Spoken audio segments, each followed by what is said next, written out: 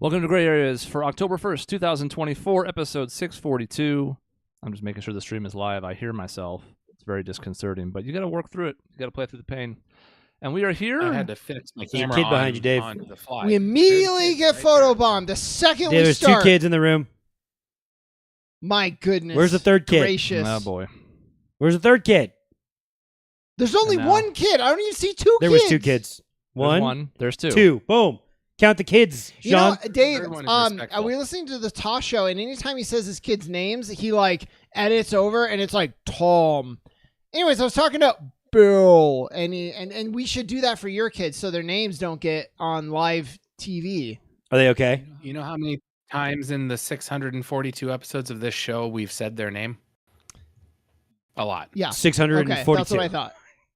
Like a lot. Like So we've said it a it's lot. a lost cause at that point. I think probably their chances are high you said it before they were born, even. You know? Yes. Yeah. Except for no. Did you- I don't think I ever really reeled names until after they were born, because especially with James, I didn't know that he was going to be a boy, so I didn't have a name yet until Oh. after he was Yeah, born. but James could have been Jamie, so you could have just said James and Jamie. Either way, never been a girl. Actually, We're fine. actually, if he was a girl, he would have been Penelope. I like that's just that the name. that Courtney wanted. Yeah. So if James was a girl, it would have been Penny. That rolls off the There tongue you with go. your last name. Penny Robinson. Yeah. But I like Penelope. I don't like Penny. Although Penny, oh no, never mind. That's Bianca. She's the mouse in The Rescuers. Right. Penelope is the girl. It's a shame that wasn't a trivia question. Would you have known Bianca? No, but it's inside of Sean's brain that you pull these names right away. So it's just that would have been another great Sean's Bianca. brain trivia. Yeah. I'm actually, the fact that as soon as you said Bianca, that's in Rescuers, I'm like, oh yeah, that's totally it. Yeah, of course, I know that's right. But had you said, what's the name of the girl mouse in the Rescuers, I'd been like, never would have known. Yeah. What's the name of Inspector Gadget's niece? Penny. Yeah. Hey, It's a we trick got question. there. Well, anyway, so it's back to your regularly scheduled programming.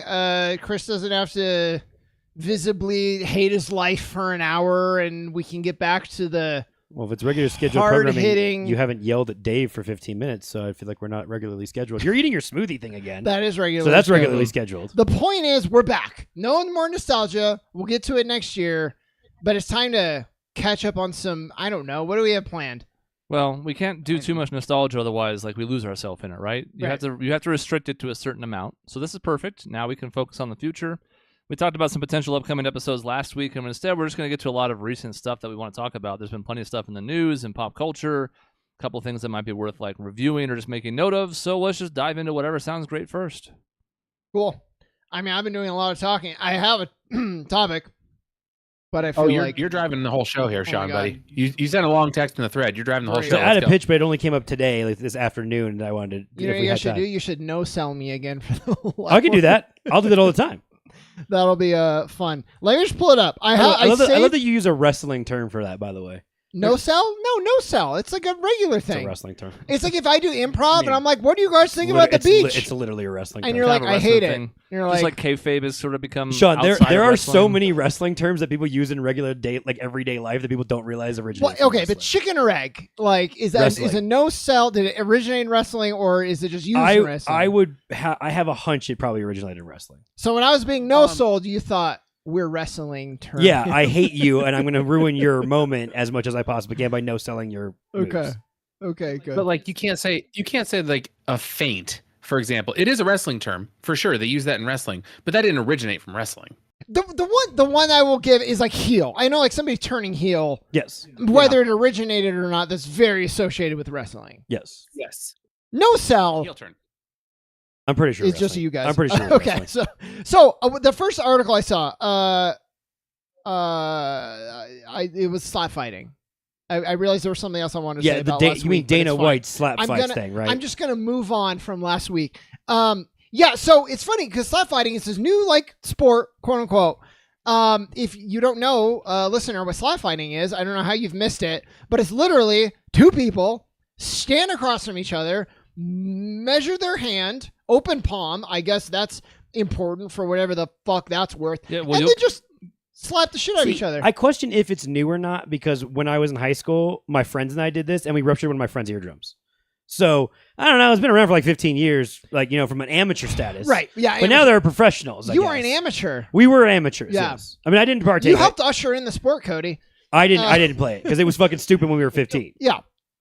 I feel like this isn't necessarily new. It's just Dana White got behind it. Like, I feel like I've watched on ESPN 8 the Ocho of like the slap fight championships or things like that for years. Like, this has happened We're for spending like a lot of time over on a the word decade new. ago, I just mean within the last few years ish, it's been really gaining popularity. I'm seeing And it everywhere. it got such backlash that it got booted from, I think, TBS is who was broadcasting it for its first season, and TBS kicked it off the air because it was so unnecessarily So that's violent. interesting to hear because I don't know anything about it from a TV perspective. I only know like clips I see online where it seems like it's thriving, and I see it all the time. These huge, normally what I see, huge beefy dudes just measuring up the face, and then boom! And sometimes their whole side of the face is just swollen. You can't even recognize them anymore. Yeah. And you're just like, well, and then if they, but the whole thing is, they'll just get knocked down and they'll like start seizing or whatever. And then they like get up and they're like, are you good? He's like, yeah. The thing that in the NFL we have now discovered is like bad gestures and posture, which means you have brain damage. You can't play football for a couple weeks. Right. Is the equivalent to what you just said you see people taking unprotected like shots to the head are doing, then getting up and then continuing to slap each other. So But isn't that exactly what we've been doing in UFC and boxing and No, all those so I'm things? glad you brought that up, Dave. Because you can't protect yourself. The idea, if I'm going into a boxing match, the hope is I protect my head and I don't take one straight to the noggin, right? It can happen. I'm aware of the risk. Hopefully, if it does happen, I can mitigate it. That is very different than standing. It's part of the rules. You're not allowed to flinch. You have to just stand there. There's nothing you can do but take this guy's open. And I think like in the minds of the people who created the sport, they're like, look, it's open hand. So it's okay. Well, it has to be, or you could kill people. Well, sure. But the idea that open hand, now we're fine, is doesn't really track. And I thought it's been crazy for a long time. I saw this article that I just thought was really funny. Study of slap fighting reveals signs of brain injury in 78% of participants.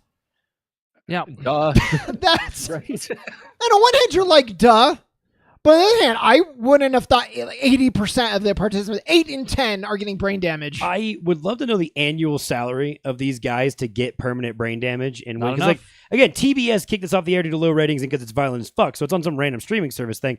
I'll tell you this: Dana White and the UFC already don't pay their actual fighters enough money most of the time, and people bitch about it all the time that they're not like given enough money. They raise the bonuses for some things to, if you do really good knockout, you get more money, but like they don't get paid enough as is.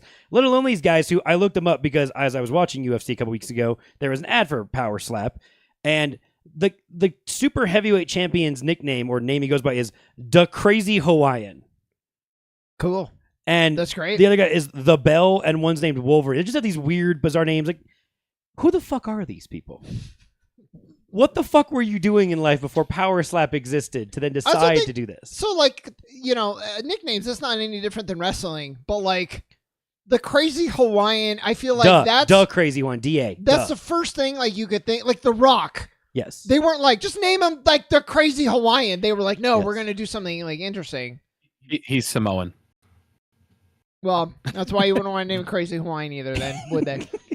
Also, to be fair, wrestling has plenty of failed nicknames over the years, so they don't always nail it the first time. The point being is, I just think it's funny that they market these people under like whatever these. I'm like, who the fuck are these people? Like, they don't even say their real names, and I'm like, you thought you could get famous off of Power Slap? How well is it going if you just advertise with this weird name thing? Well, I don't know how any of it is valuable or useful to these It's individuals. so crazy to me that these people are having strokes on television, and then the ref is like, "You good?" And you're like, that is not that's like in a movie when somebody gets decapitated and they're like, check the pulse. And you're like, no, there's no reason. He's dead. They're not okay. There's clearly brain damage. But I guess as long as they are not actively dying, they can try again. What I can't figure out either is that I can understand the appeal of watching this once. Wow, look how hard he got slapped. Holy crap, he got slapped really hard. Look at how his face bent. Oh, we're 6 rounds in. This is really old now, and I feel bad. Like, that's how this goes, Yeah, right? what are you rooting for Like, I don't exactly wanna see it here? anymore. Are you Yeah. rooting for a first round knockout, or are you rooting for getting slapped 18 times in a row where the cumulative effect is probably a concussion? Like, Yeah. Mhm. And by the way, if you're It- lucky enough it's to be not the good. 20% that dodges the concussion, you probably have a ruptured eardrum because the technique was bad. Yeah. So you caught him up here instead of more in the cheek, and Yeah. then it's a shortcut to instant ruptured eardrum. I just think like we know enough now, I think, as a group that we're pretty cynical. But I Just think there's a us. lot of people, when you see something on TV, I'm gonna sound so stupid for saying this, but there's like an implicit sort of like trust. Like, okay, it's on TV, they have rules, it must be okay. It must be, or else they wouldn't do it. It's too violent, it's too damaging. I mean, that's what the commissions for boxing and the UFC are for, basically. Yeah, it must be You fine. expect So, that- so then to You hear expect that if it's sanctioned, Yeah. right? Like, if it's sanctioned thing, you're going to be okay. to hear Someone's 80% is brain damage, you're like, oh, that's not even close to okay. That is really, really, really bad. And as I don't usually like to play this card because I feel like people have to take personal responsibility. But if this continues getting bigger, what's going to happen when people want to emulate this? Like, if it got bigger and got more popular and people got more in the spotlight, what about kids that want to emulate this? Do I want 10-year-olds bitch slapping each other like this? No, I don't even want 10-year-olds playing tackle football. Right. Like, I really, really don't. I will not let my kids play tackle football until high school at the minimum. And so, like, I don't want slap fights at this point. This is terrible for them. Not to mention, how are you supposed to protect your top stars? If they're all going to have brain damage within 3 or 4 fights, how are you supposed to build anybody up to make them a star? You know, obviously, like, boxing has fallen off considerably over the last 10 to 20 years, so we don't have the big-time people like Tyson, Holyfield, whoever, right? But there's still some names. There's, like, the Tyson Furies of the world who at least kind of made a name for themselves. No one can make a name for themselves in this because their career is going to be over within 3 fights. So, you know, when you have Dana White out here being the promoter that he is, but also a dumbass talking about how, like, oh, it's the most popular sport in the world. It's more big than Real Madrid. This video had 500 million views, so it means it's huge. First of all, Dana, stop slapping your wife and then turn it into a sport. And second of all, go fuck yourself. Yeah. Well, so I mean, I didn't think there was gonna be any fans. And again, who's When getting rich off of it? Like, I just like, is he the one who's getting rich Dana off of White. it? Like, it's like, Yeah. it's not like the participants are getting rich. Again, UFC's had this problem for years. That's why it got sold, and then another company bought it because they were paying everyone dirt shit amounts of money, and all the people above got rich. They just organize it, and then Dana expanded that to a bunch of dumbass meatheads who were like, "I bet I can convince these idiots to slap each other on TV," and he did. And then he gets to make the very little amount of money that Power Slap fucking makes, because I just can't fathom it has any sort of actual monetary value. It's bizarre to me only because it reminds me of the street fights where, you know, like Kimbo Slice was king for a while there. Remember Yeah. that whole thing back like a decade ago? Except, again, that was just on YouTube. It wasn't on broadcast networks. It wasn't seemingly sanctioned, although it's not. But, like, it didn't have sort of what we talked about a minute ago, like the trappings of what Sean said, where it's like, yeah, this is on a network. This isn't some, like, CD 360p video I saw on the interwebs. It's not like... It's got to be good, right? It can't... Yeah. I can't watch somebody die on my screen right now. Right. You might. You know, it has the same problems as Mortal Kombat, and I think if you have the same problems that Mortal Kombat would have, you got to look in the mirror, right? To Chris's point of, like, how do you cultivate stars? In Mortal Kombat, you're gonna have the winner, and everybody else has been fatalityed, right? And they find a way around that, but everybody dies every tournament. They can't last, so this is like It's probably- real life Mortal It's probably Kombat. bad that you could actually make a tangible connection to Mortal Kombat Yeah. when you say it that way. That made me think, what happens if someone does literally die on TV? I hope it doesn't. It's great happen, for ratings, though. Oh my god, that's wasn't that a movie Network, I think it was called, where the guy said he was going to kill himself on live TV? Yeah, terrible. I don't want that. I don't want that Then reality. you had fucking the Arnold movie, the Running Man, where it's all blood sport. Might have actually been a movie that did it too. Honestly, that's the last bit of like safe haven I have for humanity, where we haven't lowered that bar enough that we don't want to see gratuitous violence on TV. Like, it doesn't get ratings. Like, even when people have like the beheading videos or whatever like that, it's like, yeah, people watched it, but it's like not a lot of people watched it. We don't So have a lot. We've got a little bit of hope, right? Yeah, there's not a lot of examples in sports of people dying in the middle of the sport. There's very few. I mean, look at the response we had when Damar Hamlin almost died. And everybody freaked out about that, rightfully so. I mean, like Dale Earnhardt. There's not that many examples of somebody actually dying, especially in like the highest level of the sport where it's supposed to be all these eyeballs on it. Like we've had a handful of athletes in like college or like lower professional levels overseas. Imagine the uproar if you actually had that on broadcast television and somebody just gets slapped to death. Like, you can't put disclaimers on that. Like the WWE, we keep mentioning wrestling this episode, but it's like keep saying, don't try this at home. They had to put disclaimers on it so you don't do that stuff. Well, if you have a kid watching this and they watch somebody die, now what? Yeah. I mean, and even Dale Earnhardt, you didn't actually watch it. You saw the car crash. There's a difference. There's like a layer of protection that's in there, as opposed to a guy getting slapped in the face and falling over. And you didn't know it happened for a while. So not only did you not know what happened in the moment, but like it was a crash. They went to extract him, and only after about like 6 or 7 minutes, when you're like, okay, he should have been out of the car by now. He should have been like walking back to the pit row or something. Then the reality set in. This is instant. Yeah. I mean, again, wrestling ran into that problem when Owen Hart died, but it was on a pay-per-view. And again, I don't know that we knew in the moment what had happened. I think they cut away a little bit from when that. I don't remember it very well. Well, they just talked about it in the Vince McMahon documentary, which is a fascinating watch even for non-wrestling fans that just came out on Netflix. I do recommend that. The point being that they didn't tell the live audience. Yeah, exactly. They hid it from everybody. They didn't they had seen the accident. Most people weren't really watching. They were watching the video board because they were doing a promo on the side there. So they didn't really know what had happened. Just that like something had gone wrong and he was in the ring and they had medical attention. And then they carried on with the show anyways, which is a whole other argument. But the point was that they didn't really know. The people on TV had no idea because they weren't showing anything in the arena when it happened. So yeah, the examples are just so few and far between that I feel like once that road gets crossed, this whole league gets shut down lickety-split. Yeah, right. Well, Dave, you've been getting a lot of that because, have you gone to the mission about,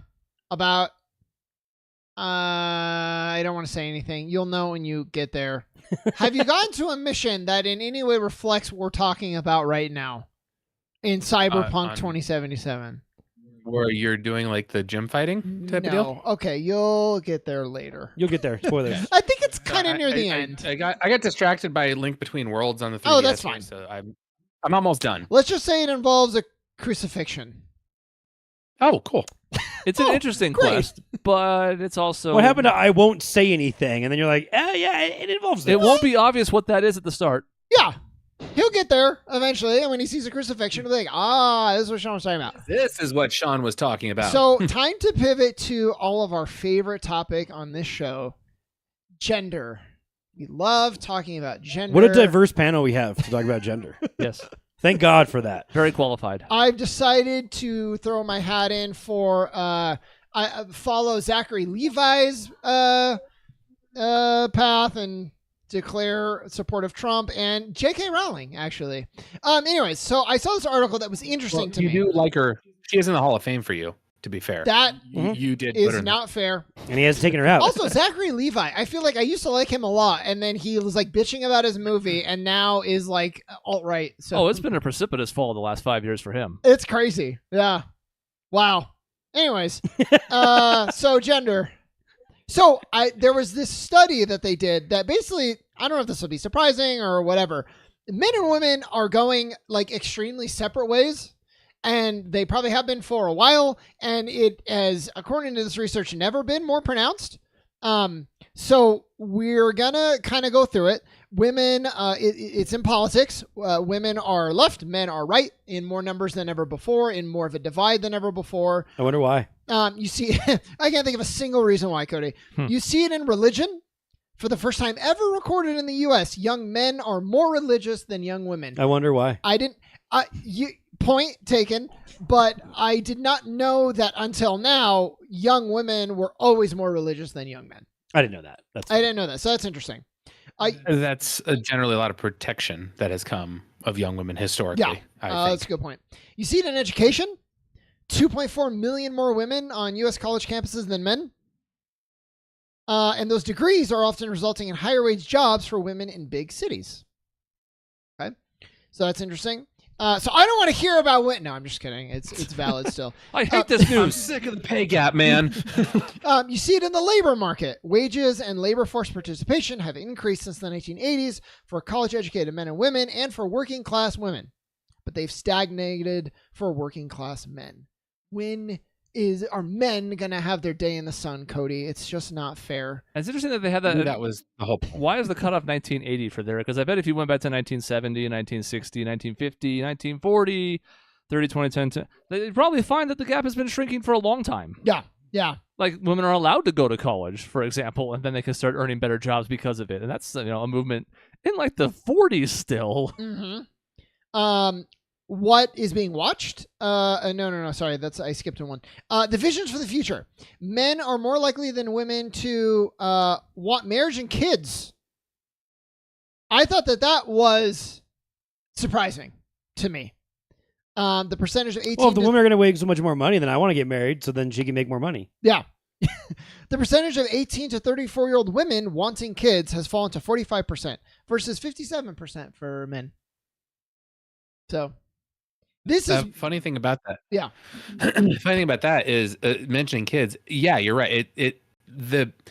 I've heard a lot of, or just kind of heard just in general social media. So the general vibe on social media that I've seen is like for Gen Z, basically the ones about 10 years younger than us, the 10, 15 years younger than us, they can't afford kids. They would never even imagine a world in which they could afford a life like our parents had, or maybe we've had to an extent. Yeah. How about start with owning a house before we talk about kids? Yeah. And so therefore they don't even consider the idea of having kids, which is going to be pretty damaging when we're about 70. If there's not a lot of young population doing work and we're ready to retire, then we're going to have an issue. You know what, though? I think that way the dolphins will come back. You know what I mean? Like the environment's going to get better.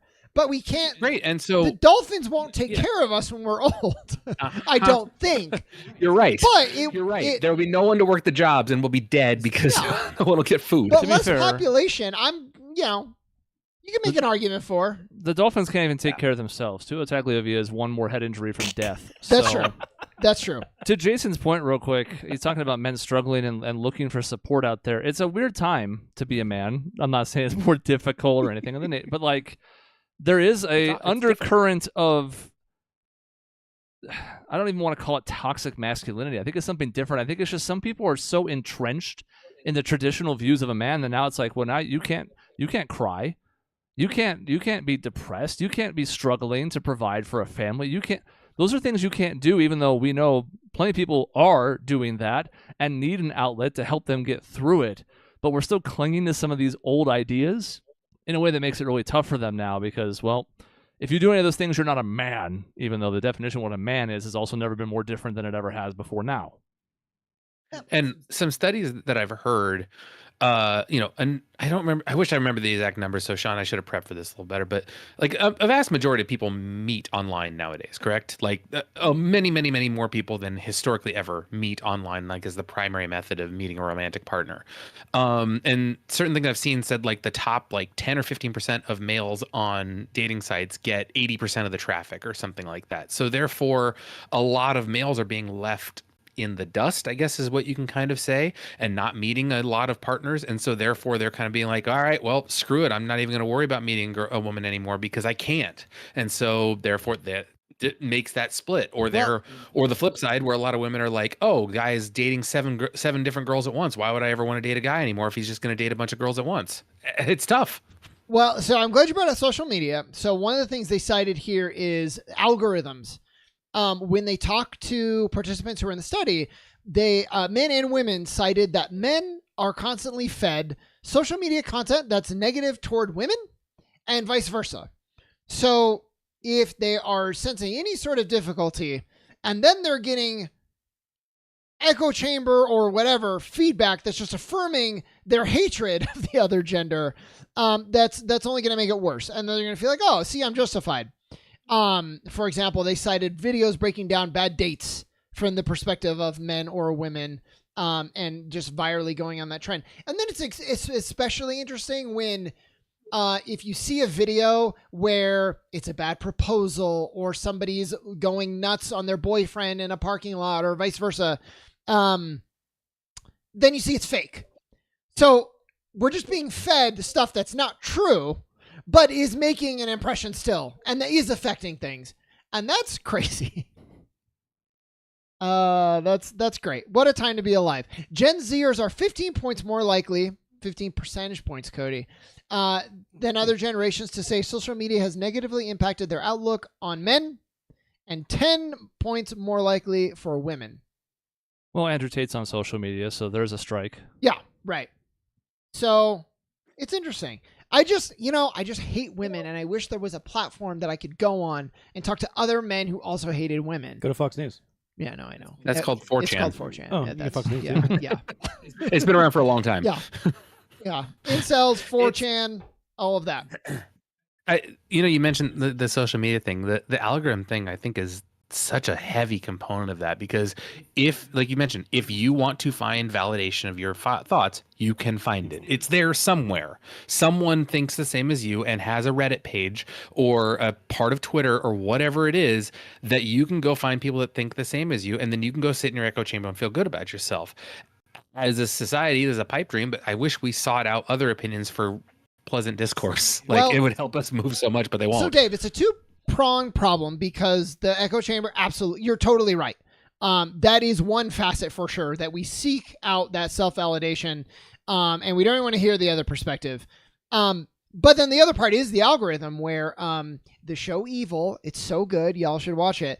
They had an episode about algorithm and just feeling like they were being targeted, and they really broke down like the science and the algorithm. And it's like, when you're scrolling, even if you, and we know this, but you pause for a split second on something that happens to be violent or sexual, and the algorithm's like, you want that. So it's going to feel like the stuff that you see on your feed is trending more violent and more sexual as time goes on.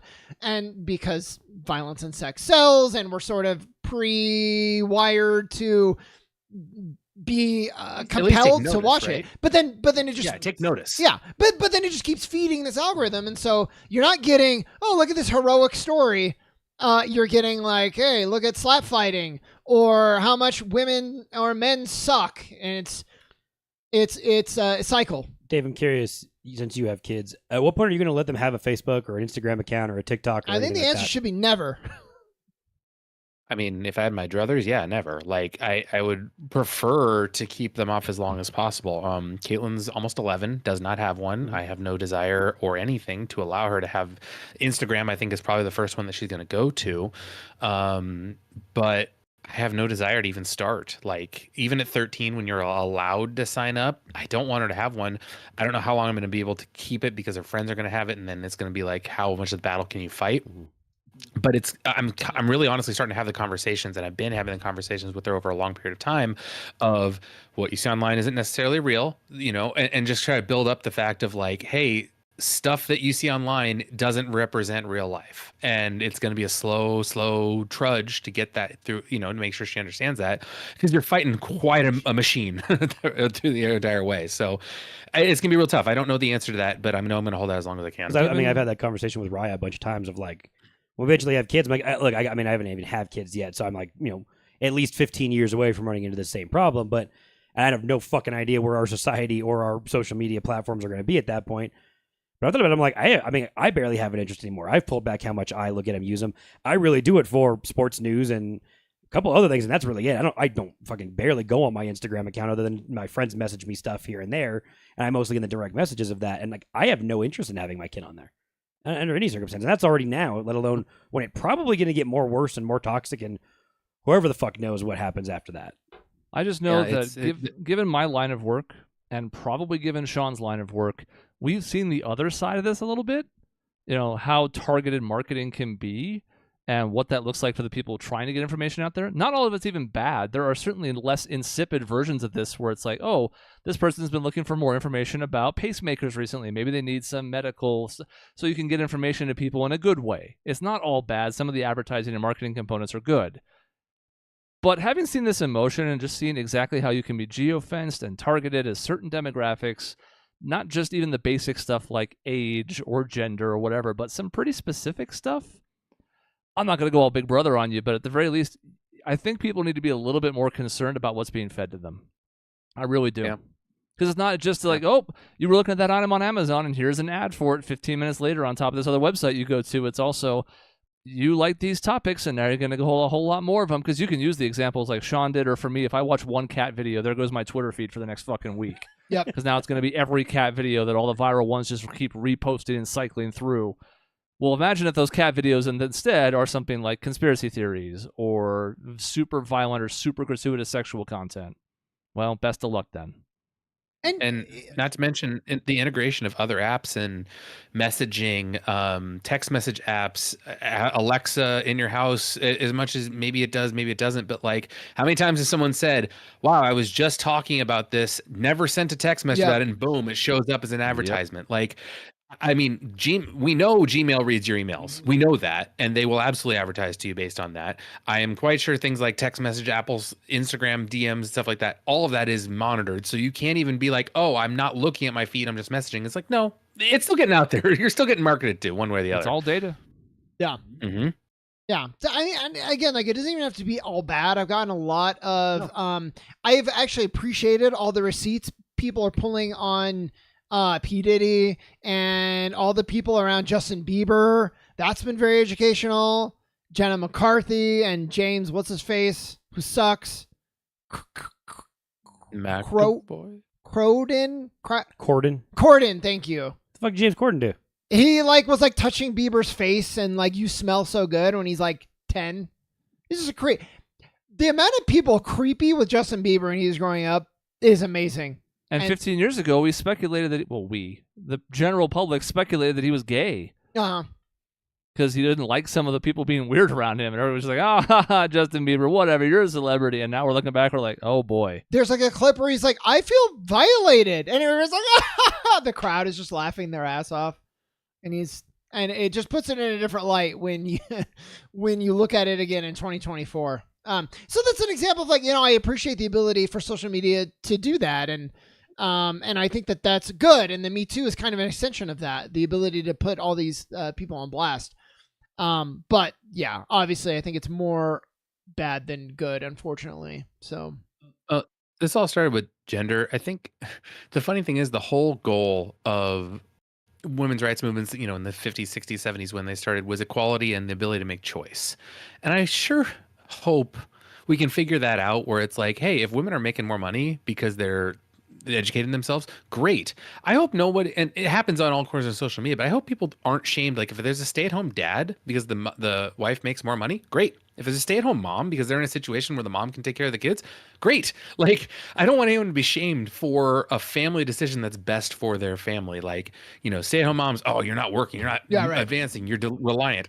I hate that type of stuff. If it works for you, great. That's your choice and it works. Let's celebrate that. Very transparently, that's literally my family life plan here, is to be at home, work remotely from home, and help take care of kids, because my fiance is going to end up with a better paying, higher paying job. She's going to have a higher degree than me. And it's like, that's exactly what we fucking should do. She wants to go to school. I have no interest in going and getting a master's degree. She wants to do that.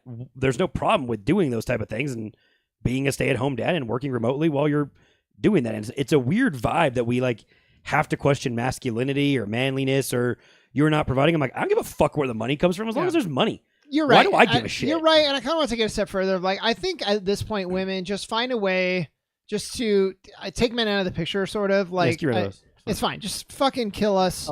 Find a way to. In the bank. There's enough sperm in the banks. That's what I'm saying. Yeah, there's a Rick and Morty episode that does it, I think, and I'm utopia. Just show us all power slap videos over and over again. We'll all slap each other to death. We'll be gone.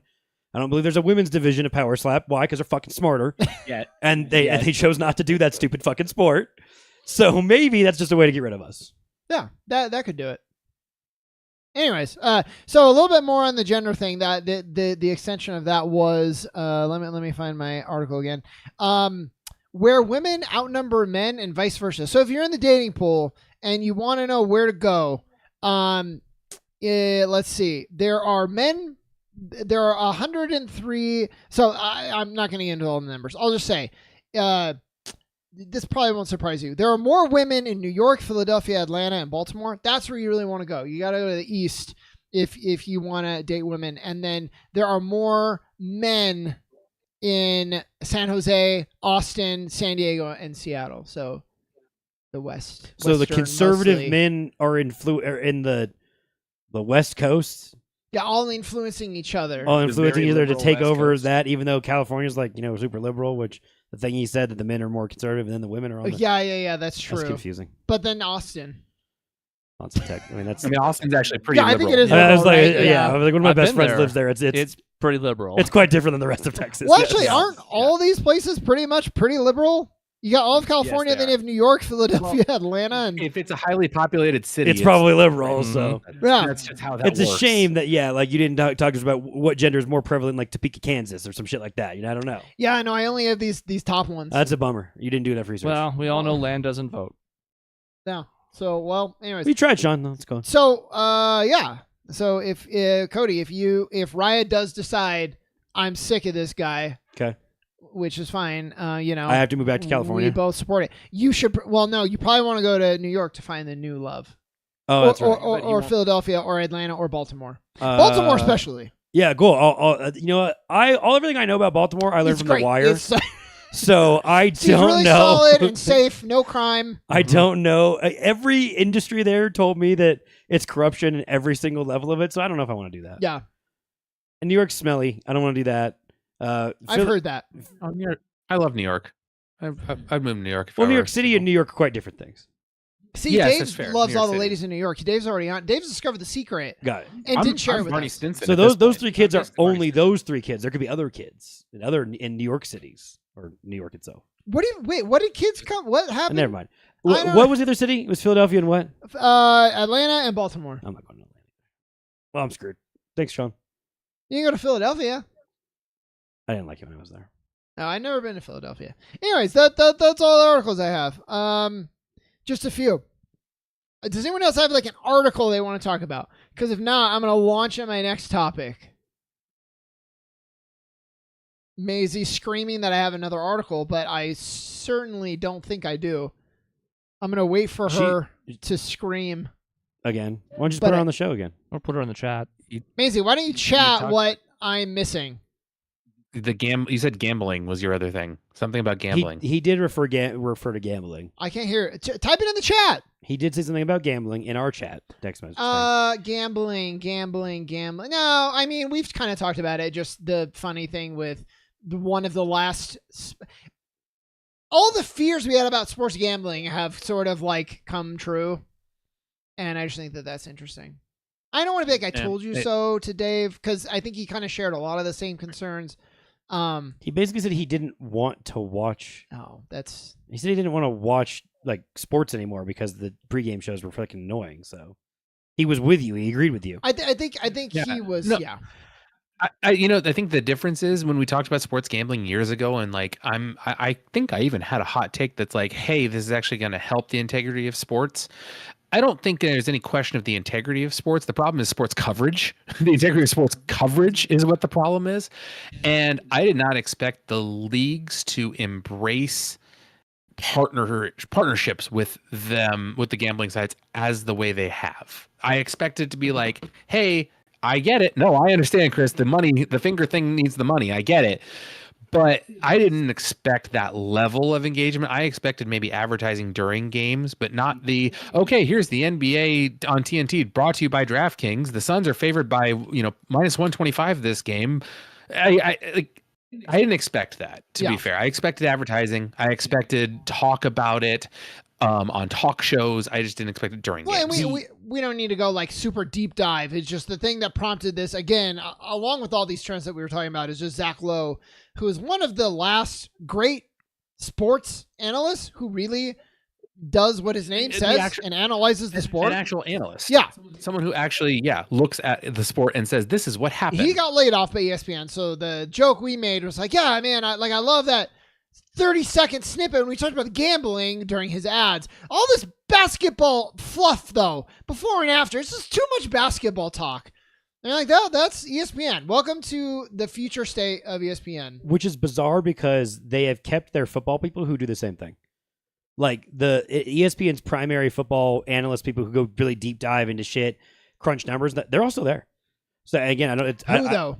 Bill Barnwell. I mean, Mina Kimes is really, really analytical with a lot of these things. Like there are a handful of people on the football shows that do I'm wondering. deep analytics, and I don't know if it's just why. It would make sense. One major difference. Football. One major difference. Nope, fantasy. Yeah, I mean, there's that. And that's what I was going to say. Part of why, the reason why you could assume sports gambling would take over is because fantasy sports, was specifically for football, because fantasy football is so simplistic. It's once a week. Doesn't have a little big time commitment. You can be a low interested person, and you can do this thing without having to pay attention the entire week. So fantasy football is always going to be more popular than the other sports. So I think you're right, Dave, in a way, because it's so easily digestible to, okay, all the analytical podcasts and all these shows pop up because, all right, week 4 just ended. Monday, Tuesday, Wednesday. All my podcasts I listen to, fantasy related, analytical related, all these different shows. There's like 5 different people I listen to consistently, and they all pop out because Monday, Tuesday, Wednesday, boom, then we start the week again. And it's And I would say on the radio, there are 3 topics. It is fantasy, gambling, and those obviously overlap a lot too, or Aaron Rodgers. And that's all you hear about. Those 3 things. And it's not Aaron Rodgers, how he's going to play. It's like, oh, Aaron Rodgers, he's so crazy. What a crazy guy. Like, okay. That's the funny thing is, I used to actually really enjoy listening to certain hosts. Like, I never liked the Mike Greenbergs of the world. I never liked those morning shows. But Colin Cowherd was someone I actually used to like listening to. I really don't anymore. Dan Le Batard was one I used to like listening to. I don't even think he's on ESPN anymore. He's on something, but he's not on ESPN. No. Yeah, he's his own thing. Yeah. There were a number of people who I felt covered the sport in a unique and entertaining way. And now so much of it is, what's the big name? How crazy? And let's talk about the Cowboys, the Lakers. And that's always been there to an extent, but it feels like it's even more ramped up recently. And it has gotten to the point where I don't listen to sports radio anymore. Like even local radio, I barely listen to anymore because it's like, I don't want to. Yeah. Shout out about Dan Le Batard, though. He's great. I mean, they adopted sports talk radio into First Take years ago with Skip Bayless and Woody Page. And that has devolved into the fucking hell that we live in now with all the sports hot take shows. It's what Cowherd turned into. You know, I mean, it's what Stephen A. Smith has hijacked everyone's money and career into being just fucking screaming whatever bullshit point he wants to make. And so you basically took that platform that you kind of liked a little bit and everyone exploited it the same way they do with fantasy, and they squeeze every last drop out of that. I mean, it's just a capitalistic society that we're going to live in, where someone comes up with a mildly okay idea, and it's like, okay, but how are we going to make more money out of this? We have to find a way to keep squeezing money out of it over and over again until it inevitably just ruins your product. The NFL is so confident its product's never going to get ruined. I mean, it survived people beating brain damage and a guy almost dying on the field 2 years ago. So it doesn't have to give a shit. And I've seen the NBA seemingly fall into the same traps that football has fallen into as it tries to compete with the NFL to be, you know, a popular league for the general public to be able to watch. And it seems like it's chased that stupid fucking point, partly because TV money, TV deals, whatever, because all the billionaire owners, they aren't rich enough for their own good, I guess, yet. They want to be more billionaired. And it's like, okay, well, cool. Like, I think I heard the other day, Jerry Jones bought the Cowboys for like $200 million, $150 million. Yeah. There was like $6 billion now. Like, if he just sold, and that's even probably low. And it's probably low. Honest. Yeah. I mean, honestly, if it was on the open market, there's only 32 ownerships. There's only one Dallas Cowboys. So it's like basically everyone who just found a way to want to be greedy is going to ruin all the products you liked as a regular consumer. Because you're not going to cut it off completely. You haven't stopped watching the NBA yet, so they haven't pissed you off enough yet to push you away from the product enough. And also, you're one person, and the stupid general population who has cable subscriptions and all this shit are still going to keep making money off of it. Yep. It's hard. I inherently don't have a problem with the idea of making money as a measure of success, because that inherently there's nothing wrong with it. It's, as consumers, we need to be a little more selective, and that's asking the general populace to be smart, and seemingly that's become more and more difficult over the years. And I don't know whether it's because the general populace has so many more options than they used to nowadays, is that we don't get fed what we think we want anymore, because if we don't want what's fed to us, we'll go somewhere else. And then that, through repetition, through numbers, through just eyeballs, say, yeah, this is what people want to see, so everybody has to then create that, and now we're almost getting fed because that's what the general consensus is. Yeah, I know, but so Dave is the billionaire apologist, we know this. But I do want to say that I actually don't disagree with you about, like, they're allowed to make money, right? But it becomes a problem when the practices are like predatory, right? And so it's like, I like watching people play basketball at the highest level. It's like, okay, what about all the ads during the game? the TV timeouts, the analysis that's not analysis anymore.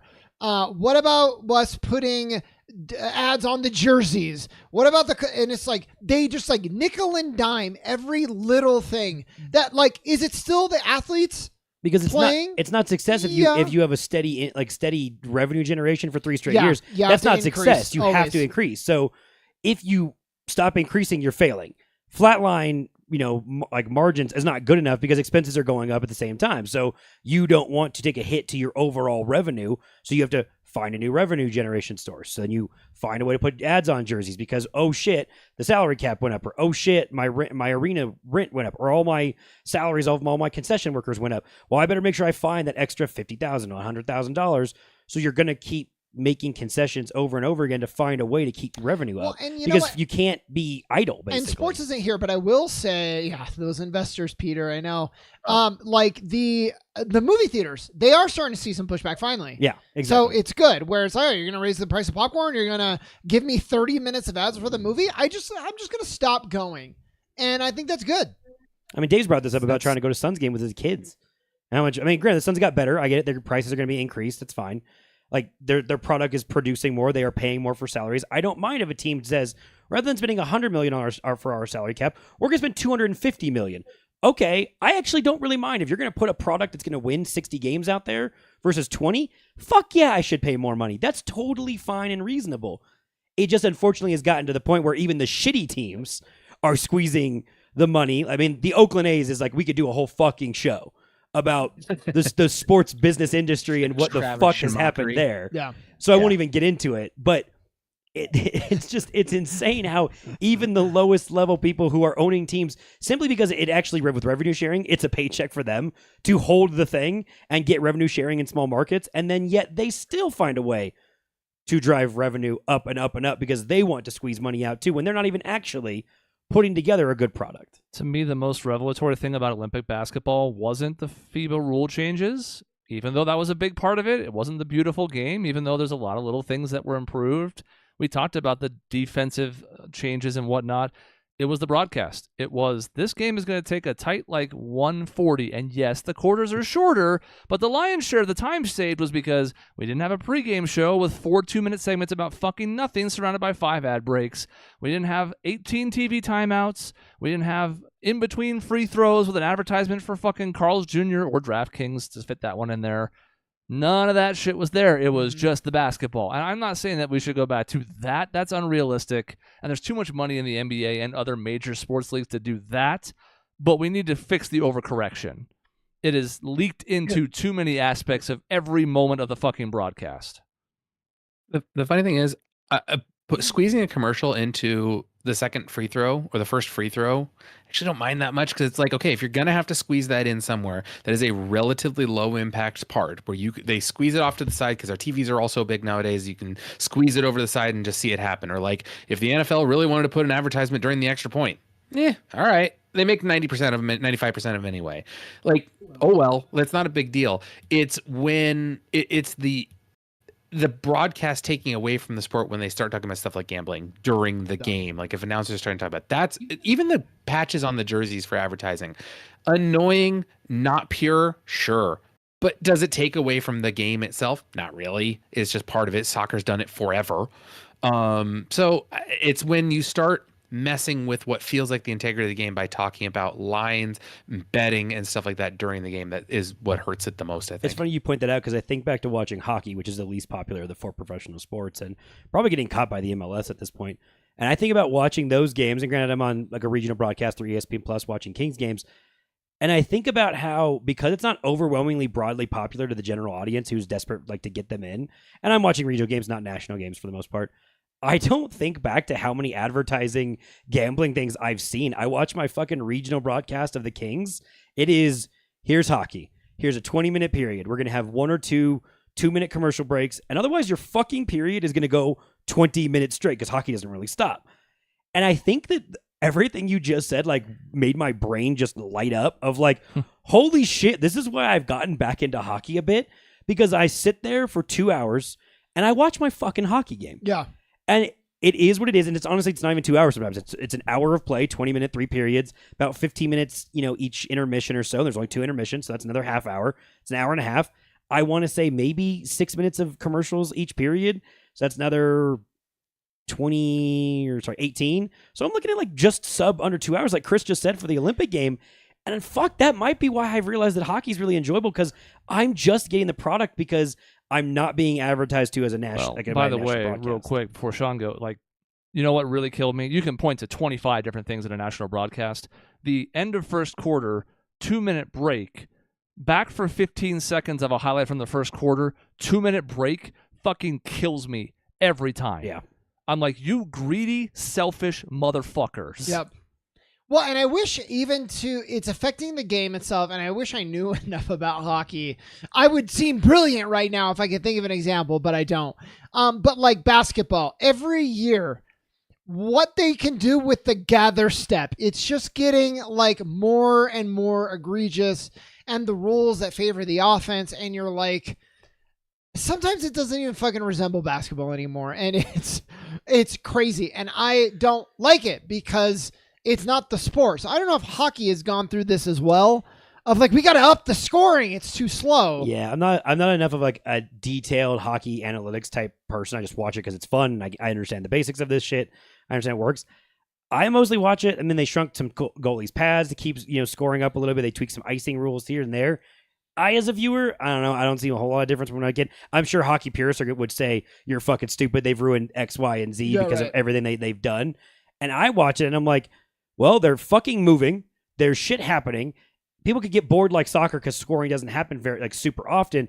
But the rink is so small that, okay, well, they shot, they missed, they got to rush down and get the puck. There's just shit happening at least. Yeah. To where I'm not feeling like I'm fucking idle and bored and watching it and, oh, cool, I watched 3 minutes and now I got to hear from DraftKings for 15 minutes. And that's not to say there's not DraftKings commercials, but they're not sitting there saying, well, the goal line of this game is the over-under of this and the money line, this and shit. You can bet on hockey. It's there. Or with TNT where all three of the panel do a different bet or whatever. And who's going to score the most points in the first quarter? Exactly. I've got the Suns. And I've got the Clippers.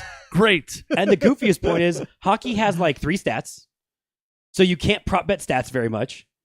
People only play like 15 minutes or 20 minutes because there's fucking 4 lines.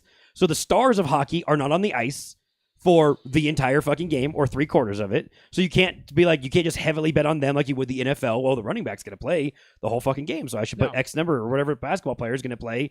Like, prop betting on hockey doesn't work very well because there's not enough statistics. There's not enough playing time for the main players. Well, so maybe that's also why it's beneficial.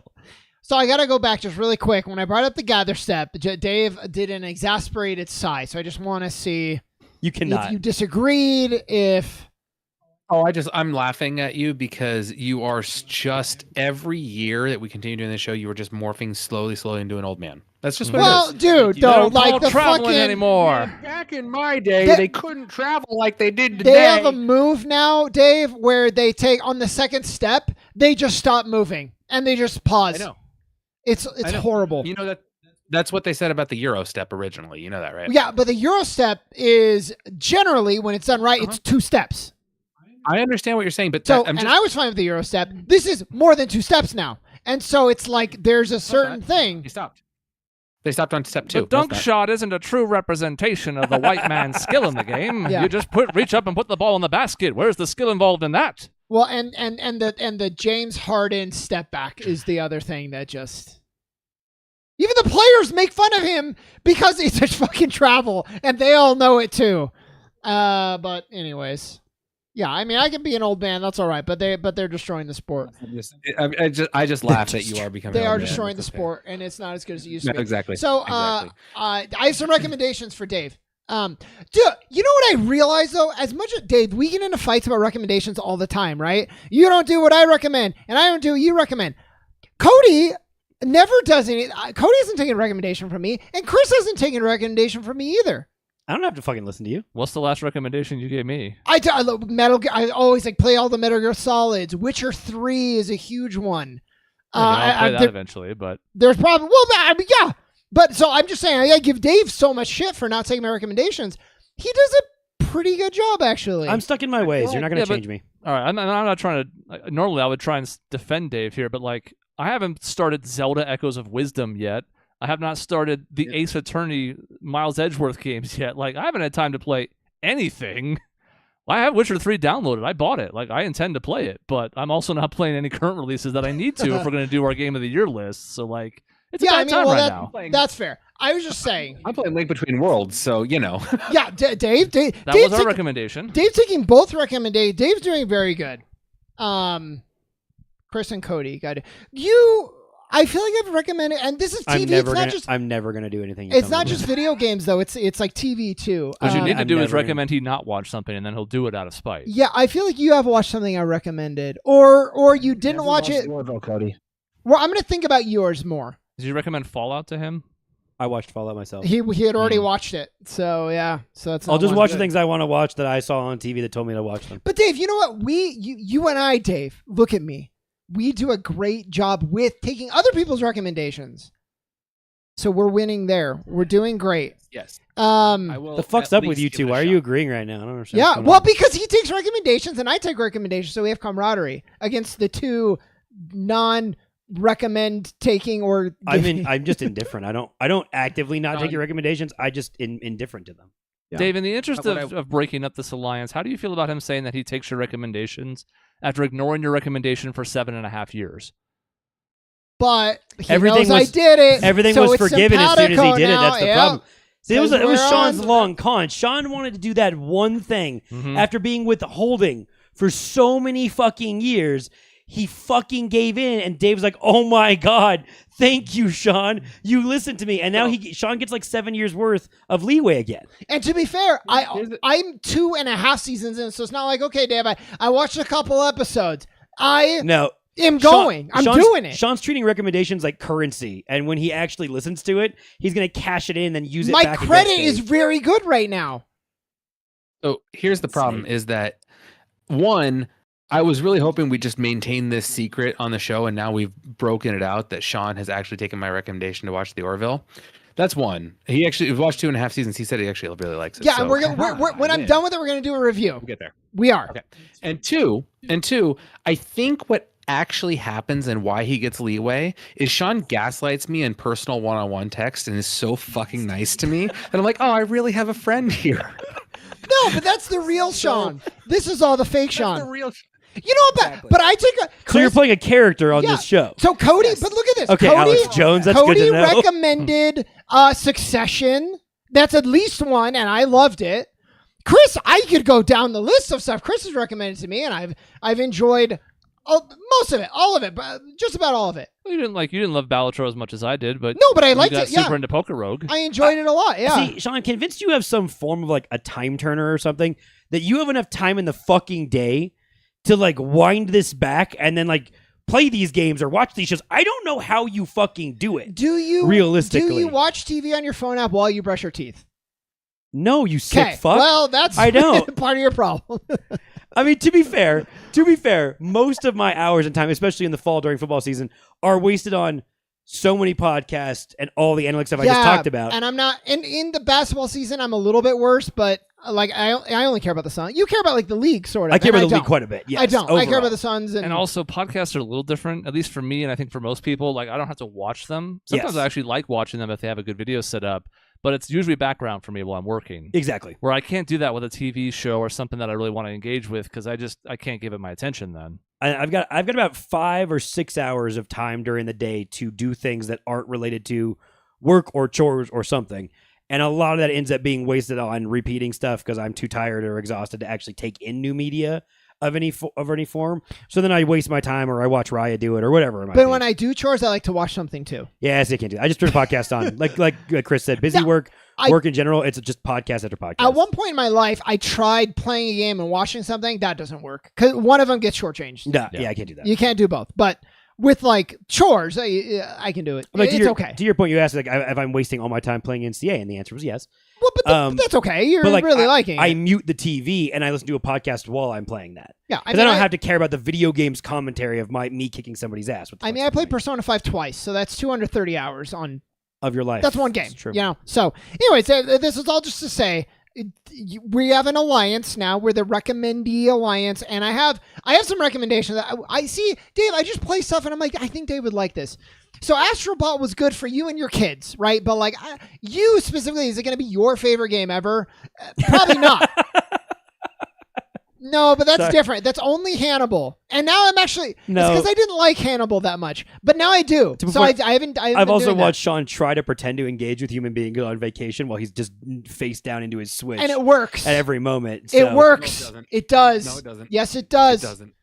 That's how I know he's actually really engaged with a new show or something we're watching when we're on vacation, because the Switch is nowhere to be found. Yeah, there was no Switch or Steam Deck during X-Men 97. No, there wasn't. Exactly. That's the best perfect example. No, there was not. So that's there, Dave. Echoes of Wisdom, though, this it's already probably on your radar. I just wanted to say I did like 2 dungeons in. I can say dungeons again, which feels like really nice. It's I found it to be this really nice blend of old and new. Yep. You get the old dungeons, and you have this one that recalls different items, but the items sort of fill the function of what Link's items used to do. So in that way, it's pretty similar. You do a little puzzle, you get a piece of heart. Oh, I missed that. So that's been really nice, and the story is actually really. It's not going to blow you away, but it's pretty interesting for a Zelda game when you're from Zelda's perspective, navigating this land, and you like learn about like all the stuff that this Link like did, and you kind of learn about his legend, which is funny because of the title, but like kind of secondhand as you're touring the world. So when we reviewed Tears of the Kingdom, we kind of bemoaned the direction the series was going to varying degrees. I'm more out on it than some other people are. But we wondered aloud, like, when are we going to see something that might look to blend these two? And by all accounts, I've tried to stay away from most reviews because I'm just going to play it. I don't need it to be reviewed for me. Yeah. But people talk about the blend of old and new in a pretty satisfying way. I don't know if people are going to love the combat relative to other Zelda games. There are some elements that still work. But if this is even a step in the right direction, fine. I actually so there is a way pretty early on to get an ability that for a period of time you actually just mimic Link. And I've kind of stayed away from that because it's been really fun to think outside of the box for encounters. And do you summon other enemies to fight for you? Or like Torch, if you summon it at the right spot, the enemy catches on fire. And you just kind of have to think on your feet, and it's really fun. So will that get a little annoying 20 hours in? Maybe, but for right now, I'm about 6 to 7 hours in. I'm having a great time. I guess real quick, I played about 2 hours of the demo for Metaphor ReFantasio. That's my next one. And it's a game that I think Dave's going to have to play. It's unfortunately in a somewhat medieval setting, but it has every other trapping of Persona 5. So I think that's going to outweigh the setting for you because it's still sort of, it's kind of sci-fi-y still in that same realm of like a kind of medieval setting. I think it'll be enough that you can overcome it. Yeah. So Dave, I was prepared to talk about that one. So, yeah, the demo's out. You should just download it. Actually, I know you're playing other stuff. I don't care. You should download this one. It is medieval, and I think the story, it's off to a little bit of a slower start, and there are certain story elements where it doesn't have the same impact. If you remember Persona 5, everybody, let's say, awakening to their persona, for example, was a huge moment, and it felt very earned. It doesn't really quite work like that in this game, and you make the comparison because there are so many similarities, even like some sound effects, some of the ways the characters move. Like it's very much the same team, but it's all the stuff that you like. The battles are really strategic. It's real time, moving back and forth in rows, like and then turn based. You control your whole party. You like that. There's a little bit of fighting outside of combat, but it's just kind of to get ready for the turn-based part. Kind of like Persona 5 where you jump and rip their... Yeah. It's kind of like that, but in a combat form. So you're just nodding. What are your like questions or your well, you want to fight about it? You started off the point by saying, fuck whatever you're playing, play this. Well, I mean, yeah. That's it. There you go. Well, I stand by that. And Cody saw it from the exact moment you said, I don't care what you're playing, and I started nodding. Cody laughed. Yeah, he but I still. What are your thoughts? I mean, I am always willing to give something a try. So if it's something that you guys have said is fun, is similar to a game that I like, I'm always willing to give it a try. If it is in the right time of life for me to be able to actually delve into it, that's when I have. So that's what's probably going to determine in the short run whether I'm able to actually enjoy it or not. It is like 100-hour game again. Unfortunately, I will say, and I haven't beat it yet, so I don't know. Is it worth those 100 hours? But can we just have like a nice life swap for a week where Sean, you do everything that Dave has to do and do Dave's job, and Dave does your job? How will Dave feel about the corners that I find to cut in his life, though? Oh, I would love it. Please, Okay. like if you figure it out, like tell me. I will figure it out. Sean, Dave, I only have one skill, and is it? I have no ego in this. Like I'm fine if you teach me something. The problem is when you cut the corners and then 6 weeks later I get fucked over because of the corners. No. I don't He'll do just that. cut the corners as in your children will be waiting for a ride home from practice or school. No, and he'll no, have been no, like, no, take the bus. Take an Uber. It's fine. No. Corner cut. I would have to learn more. Let me do some research. I don't want to say it, but let me just say, if I'm cutting corners that then backfire on you, that's not really like cutting corners. That's not how I do it. That's not for me. You know what I mean? Like I don't do it in a way where every 6 weeks I get totally fucked, or else that just defeats the purpose. Let me do. I will study your life and I'll create a report for you on how you can cut some corners. I want this like a 3-day And, trading places experiment, and I would just fucking love this. Yeah. See how many hours of gaming Dave can get in. Yeah, and then I think Courtney's gonna be really disappointed when she wants someone interesting to talk to, like at dinner. I don't think my topics are gonna be As interesting to Sean's her. slurping down a fucking smoothie drink thing. Right. Oh, Smoothie in one This is- hand, switch in the other. yeah.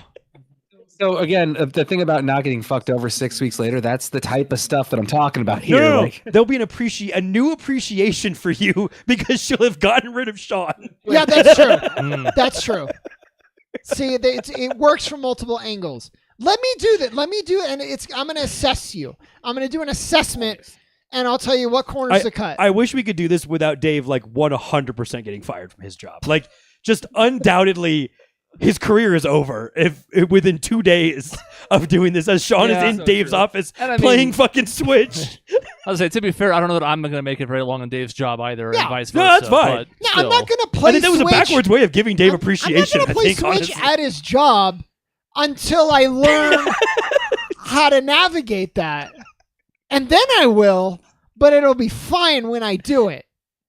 You know what I mean? Like, there's a balance to things. Sean, I would love for you to just look at like one aspect of my job and like look at my screen and be like, what is this? And then Of course, I don't know. Yeah, but Any one of us could do that with our job of like, it's true. yeah, just go do like whatever things. Like, I don't know what you do. How am I going to do Dave, this? if you look through your job through the eyes of how like Zelda works, for example, though, there might be some corners you can cut. You have to learn from the Zelda. And to be fair, I could do Cody's job. Yeah, exactly. He can do, But he doesn't that's mind. that's cheating. fair. That's kind of cheating. And he also could pretty much do mine. That's But we're also true. in the exact same fucking line of work, so it's not really the same. The difference is I'd get fired quicker in Chris's job because I'd yell at people more. Dave, can I tell you Yeah. one thing that I think that I thought was cool that I saw? Maisie was watching Survivor, and they did a game where the rules are there's flags, and you have to take 1 to 3 flags. Okay, there's 21 flags total. You have to take 1 to 3, and then you switch to the other team. They have to take 1 to 3. Okay, you have to be the last one to take the flag, and then what do? And I told Maisie, this is so easy. Just go first, and you can run the whole thing. And I figured it out. Maisie can verify in like 2 minutes. I was like, I have the whole game figured out. It's very easy. Why have you auditioned for any of these? You need to audition for one of these things. I would love to. talking And about we need to send in I will help produce a tape of you trying to get onto Survivor or That- some shit. I would love a produced tape because I did it myself and I don't think it was very good. That's Yeah. one of those games that's been solved. Like, you go Oh. first, and the magic number's 4. Yeah, You set your opponent to 4, and they're fucked. So Yeah. you just got to work your way to it, and by going first, you can set the pace. exactly. So Connect 4, I think if you go first in Connect 4, you win like 95% of the time. If you go first in Tic-Tac-Toe, you should never lose. Like, Yeah, it's one of those this was situations where it's been figured out. Now, even like chess is starting to get in danger of getting to that. Computers have now solved that to a T with as little as 7 pieces on the board. Yeah, And they're working and working to get that number up further to where the game will eventually just be solved. yeah, exactly. It's weird.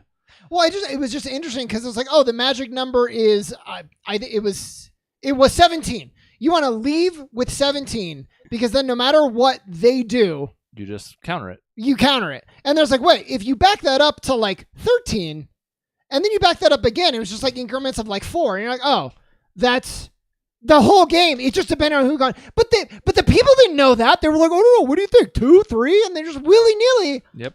See, It's Dave, crazy. Sean's gonna do your job because he learned from Survivor. how to And do your job. I'm gonna get on Survivor too and do your job. He's gonna win so much I money also on wanna Survivor. He's point gonna out- buy out your company. There we go. I also want to point out that Sean asked, Dave, can I tell you this? And didn't stop talking for one moment while he started explaining the thing he asked. Yeah, well, I me if didn't he need could your explain. feedback. I didn't just need- wanted you to hear it. Well, that's fine. This was like And the second thing is- this was like just listen. Sometimes he just I says couldn't even people's do- names to make sure they're staying connected. He did that to Cody earlier, and I also saw Cody laugh at that when he just said his name out of nowhere for no reason. Yeah, I just want to make sure you're listening. He's like a teacher. When like a teacher looks at me in class, my head's starting to like nod and fall asleep. They're like, Cody, and you're like, oh, fuck. yeah. And now I'm awake for the rest of the class. Like, if I hear- I'm fucked and because you now I guys- got pointed out. Yeah, getting kind of quiet. Yeah, but you know what? I don't put you on the spot. I'm not like, Cody, what did I just say? But I'm just like, Cody, and then Well, I I have continue. no shame when I would have said, I don't know. I stopped listening Well, I 5 know, but minutes that's ago. why I would never ask you that. But Which but I it's said, tough to say your which name by the way, because I also did in high school and said, I don't know. I Yeah. stopped listening. yeah. In Spanish class, no say was my. No, most- it's better in Spanish class when you say, I have no idea in English very specifically. yeah. And the because most I'm like, I gringo don't voice want to be here. possible. Well, it was always something because then they'd redo their question. I'm like, look, lady, if I didn't get it the first time, I believe I'm not gonna now Were get it. you when in my fucking Spanish redone class? the- Because you're having a conversation I had with my Yeah. Spanish teacher. Yeah, It's like almost word I for word. appreciate the effort, but now we're on the third try of the same I question. believe I don't fucking know. I believe I said the sentence specifically. I'm here for my C minus, and I would like to go, please, so I can pass my Spanish class. Yeah, that's perfect. I unfortunately don't speak too much Spanish, so that didn't go well. Can I acknowledge Peter? Yes, Sean did start watching the Orville. Your comment was 25 minutes ago. I but did. you- was and we're going to incredulous. talk about it. It I was burying told the Dave. lead. Yeah, Cody and Sean are not the same person. They have a lot of overlap, but they're also in some ways two different sides of the same coin.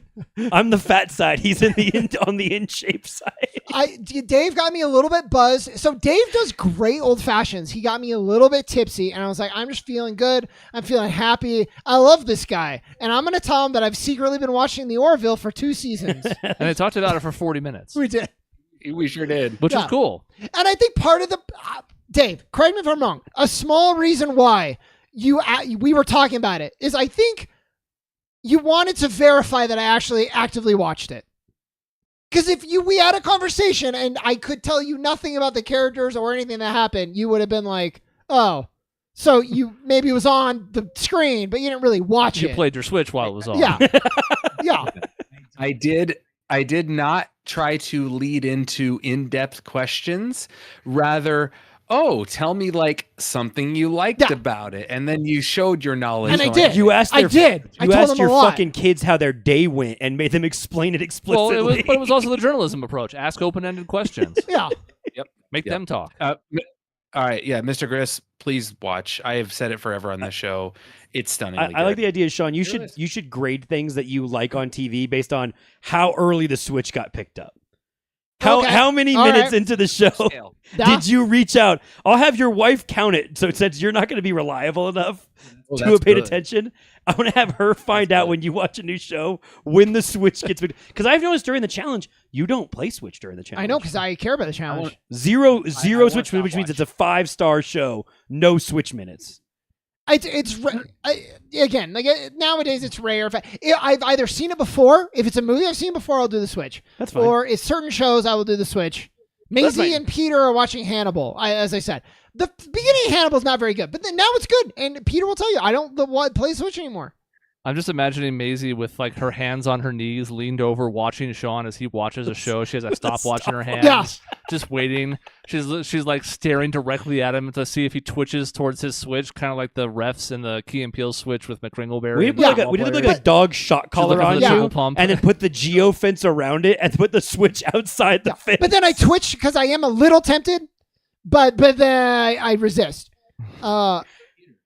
Peter, I need to have a whole conversation with you because I feel exactly the same way. Actually, we're gonna have to review this one. Sean. I was talking to somebody else who had the same thought of like, oh, it was Kevin of like, oh, I just thought it was supposed to be like funny in space. And I was like, no, they get over that very quickly. And even in the beginning, it's not that bad. That's what David explained. Is the first season tried to do that a little bit, and little then bit.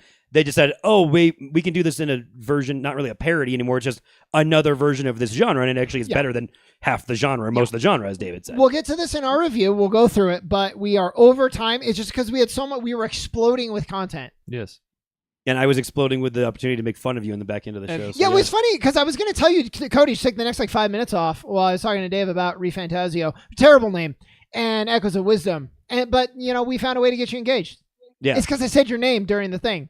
No, it's because I watched Dave's eyes glaze over and his brain break when you said whatever you said it was. And I watched his, this glass shattering moment of his head, and I couldn't let that go. I'm just proud of us because we used to struggle to fill 45 minutes and have to script it all in advance, and now it's just, let's just talk for 75, and we could go for 75 I mean, more. you put me on here, and I'm not going to let Sean go unchecked. So That's true. I have to just... I was told there'd be no fact check. It's new to you still. Give it another 500 fucking episodes. We'll see if you're still willing to put up that fight. I honestly wish there's some way I could put a post with the text Sean sends to me and how great, how empowering and positive they You can are. just send me screenshots. I can put them on the screen. I mean, I've got this other fucking thing where I can just display them. I guess it's broken. I pushed the button on my stream we'll deck. work It on didn't that. We'll work but on that for a future It'll work in segment. post. It'll work in post. It's a All right. secret. It doesn't really happen. Next week, I was going to pitch Game Show. Oh, great. It should be ready because it also buys us some time. As dumb as this is, I would like to watch a Suns preseason game before I predict their win total for this year. I just want to see how it looks with Budenholzer's system. I have an idea sort of what he's going for from his time with Milwaukee and Atlanta, but I just want to see it even if it's a 6-minute stretch of our starters playing together. Because I did see ESPN's over-under today, and I had a fucking laugh out loud moment. It was 45.5. I know. It was really low. And we won more than that when we sucked. Yeah, I was going to say, I know I'm an unabashed homer. We all are, but that's so fun. If that was an actual line, I would smash that over, and I don't sports bet. Yeah. Was That's that a line pathetic provided by line. ESPN Bet? No, I don't think so. I think I it was... haven't looked. I don't bet, but maybe. I'll find out for you. Yeah, So I think anyways, it's just people. We have that coming up as well, and we'll have some reviews and stuff. And obviously, as we get towards the end of the year, we'll talk about what we're doing in December. We got that whole month sketched out. Yeah. Lots of stuff coming up. So I believe it'll be Game Show next week. And again, as always, you can join us for that live, play along at home and all that jazz. I'll be able to sort of control things from in here because I'm not playing, so I'll be able to monitor stuff better because before it would have been cheating. So we'll have that going on next week, and we'll see you then. That's the end of the episode. Goodbye. So join us there if you can. That's youtube.com/@grayareaslive. As always, that's the best way to watch the show these days. You can still do the podcast, which we appreciate, but join us on the live show if you can. You can chat. We'll talk to you. It's great. Or you can go to grayareas.live for 13 years of archival footage of us slowly losing our minds. We'll see you next week. And our hair. Goodbye.